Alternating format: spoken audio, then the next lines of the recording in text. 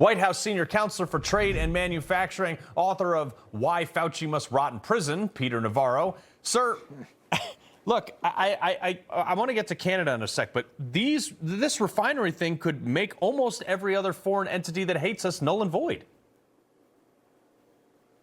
Carl, I've been fighting this refinery fight for years, going back to the first term of the Trump administration.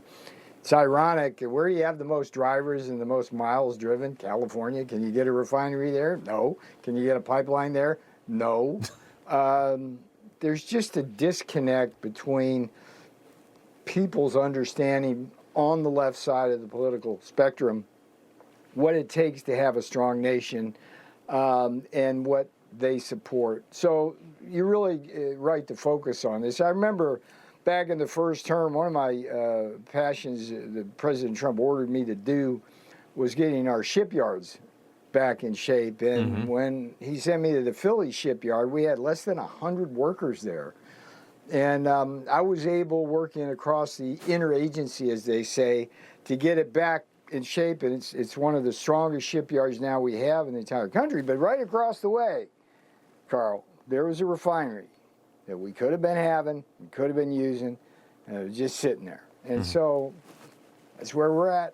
And pipelines and refineries, the left blocks, and then they bitch about expensive gasoline at the pump and try to use that as an election issue. And that's after, by the way, the job of you and I and others to connect those dots so people understand why gas prices are high. It's all about the refineries and pipelines we're not getting done. They complain about it. And there is a segue in there, because one of the things we're trying to do with that Canadian deal is to get the Keystone pipeline finished. Well, that's what I was going to say. So, you know, there's an important pipeline that goes across that border, and that fell apart when Carney, the prime minister, pulled his latest Trump derangement syndrome tantrum. Yeah, Peter, and I was going to go into that, which is, you know, this is something that they had protesters up there protesting it for environmental reasons that left behind 40 dumpsters worth of trash because they don't actually care about the environment. But now, Vice President J.D. Vance is actually holding nothing back. He just destroyed Canada today. Watch this, sir. Canada allows itself to be used as a backdoor for Chinese goods. They treat Chinese goods more fairly than they do the goods that come from the people of Maine. Stop taking advantage of America. It's over. We expect fairness in our trade policy. When I heard that, I was shocked. I actually went and looked it up from 5 different sources. He's 100% right. That drove me insane. Nobody, Carl, in the White House has more experience with the trade negotiators of Canada. Bet you didn't know that. But it goes back to 2016, like the day after the election of Donald John Trump. Wilbur Ross, who would be the Commerce Secretary, and myself began negotiations on the U.S., what would become the USMCA.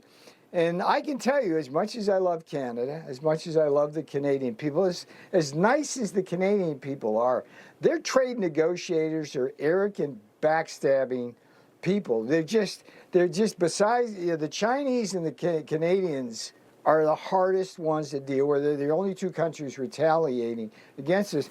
But let me explain the politics of this, because people are scratching their heads. It starts with the fact that Canada cheats us. They cheat us on dairy. They won't let us sell our alcoholic beverages there. Lumber's a mess. Yeah. And we gave them a really good deal. That deal was so good that it kind of made me a little bit nervous, because it was a good deal. It was a fair deal. Jameson Greer negotiated it well, but it was right up to the edge where you want to be about being as fair to your trading partner as you possibly can. And that Carney, he said, he went off on his Trump derangement thing, and here's the rule here. There's a rule here.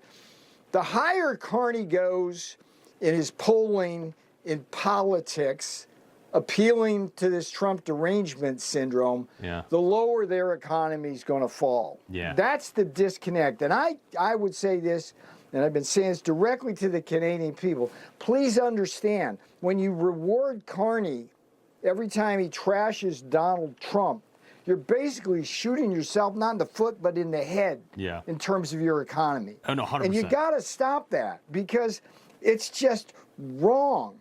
And if you just look at what they do, and here's something. I'm the only guy who can tell you this, okay? Because I go back. The problem stems from when we originally negotiated NAFTA. I wasn't any round, but the people who negotiated that deal, the Canadians, were playing chess.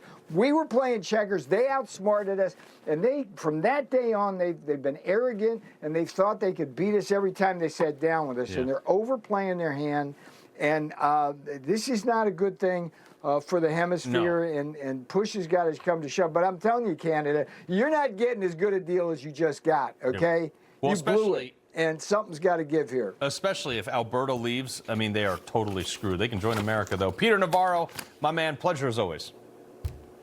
And don't forget Fauci. He must rot in prison. Get the book on Amazon, friends. This one's going to be a blockbuster. I will read anything about throwing Fauci in jail, so that's a great book for me to get as soon as I get done with the show. All right, Peter Navarro, we appreciate it, sir. He loves the Constitution. He fights for what's right. He hates the bad guys. He's a freedom warrior. He's your freedom warrior. Watch Carl Higbie every weekday on Newsmax.